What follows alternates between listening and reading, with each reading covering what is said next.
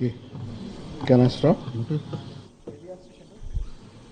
Ready হলে বলেন আমাকে।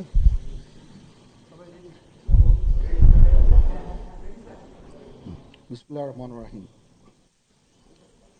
আমি আপনাদের কাছে আবার কৃতজ্ঞতা জানাচ্ছি যে যখনই আমরা আপনাদেরকে আহ্বান করি, আপনাদেরকে আসার জন্য অনুরোধ করি, আপনারা আসেন এবং আমাদের এই বিভিন্ন খবরগুলো সবাইকে জানাতে সহায়তা করেন।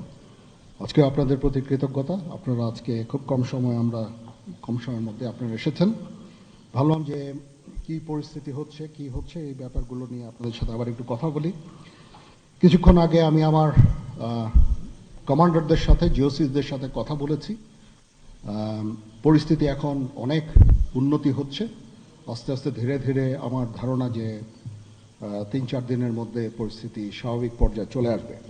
তবে যারা এই সমস্ত অপরাধ করেছে তাদেরকে আমরা ছাড় দিব না। অবশ্যই তাদের বিরুদ্ধে আইন ব্যবস্থা গ্রহণ করা হবে। আপনারা দেখতে পাচ্ছেন আমার সাথে 2 নেভি চিফ এবং এয়ার চিফ আছেন। আমরা একসাথে কাজ করছি। কিছুক্ষণ আগে আমার প্রফেসর ইউনুসের সাথেও কথা হয়েছে। ওনার সাথে কথা বলে আমার খুব ভালো লাগলো। আমার কাছে মনে হয়েছে উনি অত্যন্ত আগ্রহী এই কাজটা করার জন্য, এবং আমি নিশ্চিত যে উনি আমাদেরকে একটা সুন্দর গণতান্ত্রিক প্রক্রিয়ায় আমাদের নিয়ে যেতে সক্ষম হবেন এবং আমরা এ থেকে উপকৃত হব। আর আমি দেখলাম যে স্টুডেন্ট এবং ভলেন্টিয়ার্সরা অত্যন্ত চমৎকার কাজ করছে। যেহেতু এখন ট্রাফিক পুলিশ ছিল না, তারা ট্রাফিকিংয়ের কাজ করছে, বিভিন্ন রাস্তা পরিষ্কার করা, যে সমস্ত ভ্যান্ডালাইজেশন হয়েছে যে সমস্ত স্থাপনাগুলোতে, ওগুলোকে পরিষ্কার করা। আমরা অত্যন্ত আনন্দিত যে তারা এই ভালো কাজগুলো চালিয়ে যাচ্ছে। আমি তাদেরকে অনুরোধ করব যে এই ভালো কাজগুলো যেন তারা চালিয়ে যায় এবং বিভিন্ন জায়গায় ঢাকার বাইরে যে সমস্ত লুটতরাজ অপরাধ সংগঠিত হচ্ছে ওগুলো প্রতিহত করার জন্য আমি তাদেরকে অনুরোধ করেছিলাম এবং তারা সেই কাজও করছে। এবং আমি নিশ্চিত যে আমরা সবাই মিলে একটা সুন্দর আবার স্বাভাবিক পরিস্থিতিতে আমরা ফেরত চলে আসতে পারব।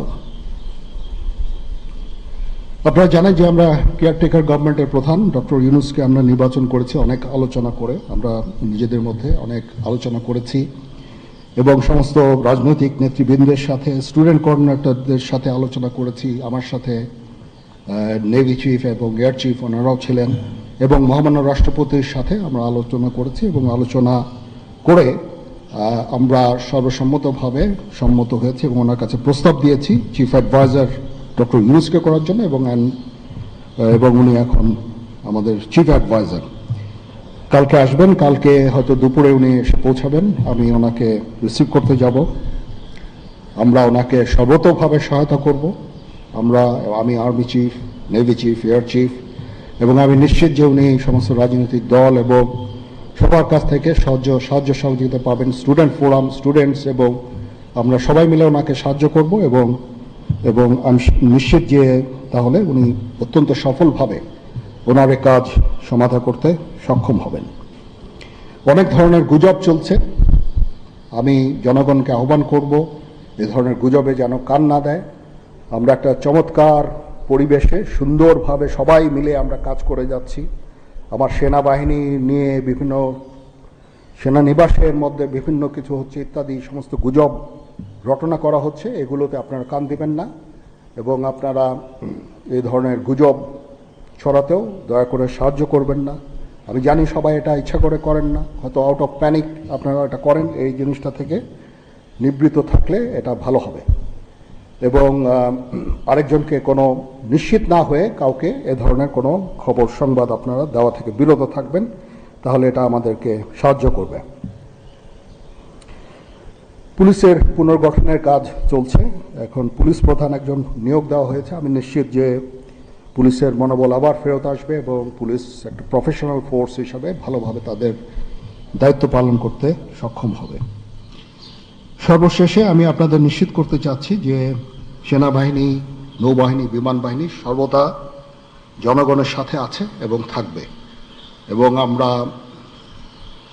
কাজ করে যাব, পাশাপাশি সবার সাথে মিলে কাজ করে যাব এবং আমরা একটা সুন্দর ভবিষ্যতের দিকে যেতে পারবো, ভবিষ্যতে পৌঁছাতে পারবো বলে আমি বিশ্বাস রাখি আপনারা আমাদের সবাইকে সাহায্য সহযোগিতা করবেন। আপনাদের সাহায্য নিয়ে ইনশাল্লাহ আমরা এটা করতে পারবো। আপনারা মিডিয়া অলরেডি অত্যন্ত দায়িত্বপূর্ণভাবে আপনাদের সংবাদ পরিবেশন করছেন। আমি আবার আপনাদের কাছে এই জন্য কৃতজ্ঞতা জানাচ্ছি এবং ইনশাল্লাহ আমরা সবাই মিলে দেশকে একটা সুন্দর একটা পরিবেশ আমরা সৃষ্টি করতে পারবো এই দেশে এবং আমরা সবাই ভালো থাকবো ইনশাআল্লাহ।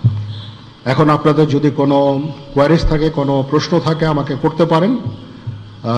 আমি যদি আমার জানা থাকে আমি অবশ্যই এটার উত্তর দিব। কালকে আমরা শপথ গ্রহণের জন্য যথাসাধ্য চেষ্টা করছি। একটা প্রস্তাব ছিল বিকালে করার, বিকালে খুব টাইট হয়ে যেতে পারে কি উনি 2:10 দিকে হয়তো এখানে আসবেন, এটা মে বি ভেরি টাইট। আমরা হয়তো তাইলে রাত্রেবেলা রাত 8টার দিকে করতে পারি। হয়তো 400 জন লোকের উপস্থিতি এখানে থাকবে। এই পরিসরে আমরা এক শপথ গ্রহণের অনুষ্ঠান ইনশাল্লাহ করব। আমরা দেখেছি যে সেনাবাহিনী বাংলাদেশ এবং বাইরে যে কোনো দুর্যোগ থেকেও কিছু মোকাবেলা করতে সক্ষম। রিসেন্টলি আমরা দেখতে পাচ্ছি যে বাংলাদেশের বিভিন্ন জায়গায় দুর্বৃত্তরা ডাকাতি থেকে শুরু করে লুটতরাজ করছে এবং গতকাল রাতের বেলা মোহাম্মদপুর, ধানমন্ডি এই এলাকাগুলোতে ঘটনা ঘটছে রাজধানী শহরে। এবং এই বিষয়ে আসলে সেনাবাহিনী কি পদক্ষেপ দিচ্ছে এবং সাধারণ মানুষ কিন্তু উদ্বেগ উৎপাদন হতে পারে? হ্যাঁ, প্রথম কথা হচ্ছে যে আমি দায়িত্ব নিয়েছিলাম অবশ্যই, এবং আমি রাজনৈতিক নেতৃবৃন্দর কাছ থেকে কথাও আমি ওনাদের কাছ থেকে ওনাদেরকে আমি বলেছিলাম যে আপনারা আমাকে সাহায্য করেন, যে মুহূর্তে এই ট্রানজিশনটা হবে এ ধরনের সমস্যার সৃষ্টি হতে পারে, এবং ওনারাও আমাকে বলেছিলেন যে ওনাদের যতদূর সম্ভব সাহায্য করবেন। তারপরেও কিছু কিছু ঘটনা ঘটেছে। এটা ঘটার পিছনে তো কিছু কারণও আছে এবং আমরা ইনিশিয়ালি হয়তো কিছু এরকম ঘটনা ঘটেছে, বাট তারপরে এখন পরিস্থিতি কিন্তু অনেক শান্ত হয়ে আসছে। আমরা আমাদের যত স্ট্রেংথ আছে, পুলিশ কিন্তু নন এক্সিস্টিং, পুলিশ কোনো ডিউটিতে নাই। পুলিশের একটা বড় ফোর্স, এটার যে ভয়েড যেটা সৃষ্টি হয়েছে, এই ভয়েডটা সেনাবাহিনীর স্ট্রেংথ দিয়ে এটা পুরা করা সম্ভব না। আর তারপরেও আমরা যথাসাধ্য চেষ্টা করে যাচ্ছি এবং হাজার হাজার লোককে আমরা কিন্তু এই সমস্ত সমস্যা থেকে আমরা উদ্ধার করেছি। বহু পুলিশ, আমার জানা মতে বহু পুলিশ, অনেক থানা, তারপরে সরকারি কর্মকর্তা কর্মচারীদের রেস্কিউ করা, এই সমস্ত কাজগুলো আমরা করেছি। আমরা সমস্ত ইম্পর্টেন্ট জায়গা যেমন বিমানবন্দর, ডিপ্লোম্যাটিক এরিয়া, সেক্রেটারিয়েট, জাজেসদের অ্যাকোমোডেশন, তারপরে সেক্রেটারিদের অ্যাকোমোডেশন, এই সমস্ত গুরুত্বপূর্ণ জায়গাগুলি আমরা প্রোটেক্ট করছি এবং বিভিন্ন জায়গায় পেট্রোলিং করা হচ্ছে। তারপরেও একটা ইনিশিয়ালি 2-1 দিন এটা হয়েছে, সেজন্য আমি অত্যন্ত দুঃখিত এবং বিব্রত। যাই হোক, এটা আমার যে স্ট্রেংথ যা ছিল এটা নেভি, এয়ারফোর্সও তারা তাদের মতো করে করেছে। আমরা যথাসাধ্য চেষ্টা করেছি, তারপরেও কিছু হয়ে গেছে। এটা আমার জাস্ট সিম্পলি আমাদের এনাফ স্ট্রেংথ ছিল না। বাট আমি নিশ্চিত যখন পুলিশ পুনর্গঠন হয়ে যাবে, তারা যখন আবার কাজে নেমে যাবে, তখন এই ভয়েডটা খুব সহজেই আমরা পূরণ করতে পারবো। পুলিশের একটা বিরাট সংখ্যক ফোর্স, পুলিশ ইজ একটা বড় ফোর্স। তো এই ফোর্স যদি নিষ্ক্রিয় হয়ে যায়, সেটার ভয়েড পূরণ করা সেনাবাহিনী, বিমান বাহিনী, নৌবাহিনী সবার পক্ষে সম্ভব না। আমরা এটার জন্য ডিজাইনডও না।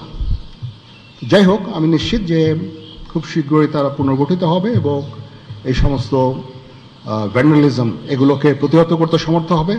বাট আমি এটুকু আপনাদের বলছি যে যারা এই সমস্ত কাজে জড়িয়েছে তাদেরকে আমরা আইনের আওতায় আনার সর্বোচ্চ চেষ্টা আমরা করব।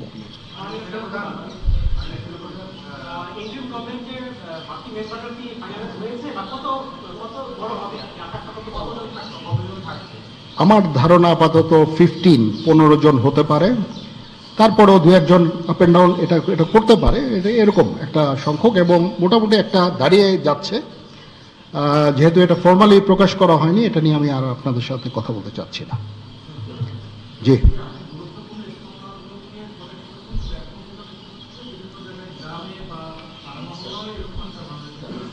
হ্যাঁ হচ্ছে, বাট সংখ্যা অনেক কমে এসেছে। 1-2 দিন প্রথম 1-2 দিনে যেটা হয়েছে, সংখ্যা অনেক কমে এসেছে। আমরা আনসার ভিডিপিকেও কাজে লাগিয়েছি এবং আমি তো বললাম যে ছাত্ররাও আমাদের সাহায্য করছে।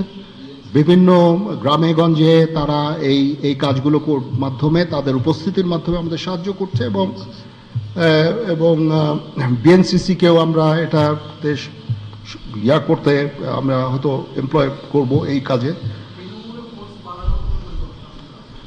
আমি আমার যত ফোর্স আছে মিলিটারি সব অল ডিপ্লয়, এবং তারা তাদের সাধ্য মতো এই কাজে নিয়োজিত।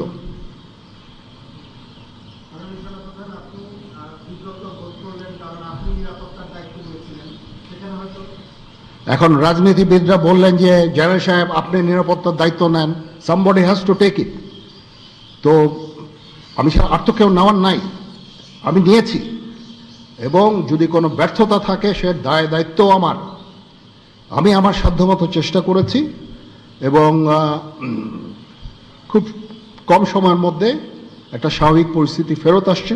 বাট আমাদের আরও অনেক কাজ করতে হবে। ইনশাল্লাহ আমাকে একটু সময় দেন, আমরা এই নর্মালসিতে নিয়ে চলে আসবো ইনশাল্লাহ।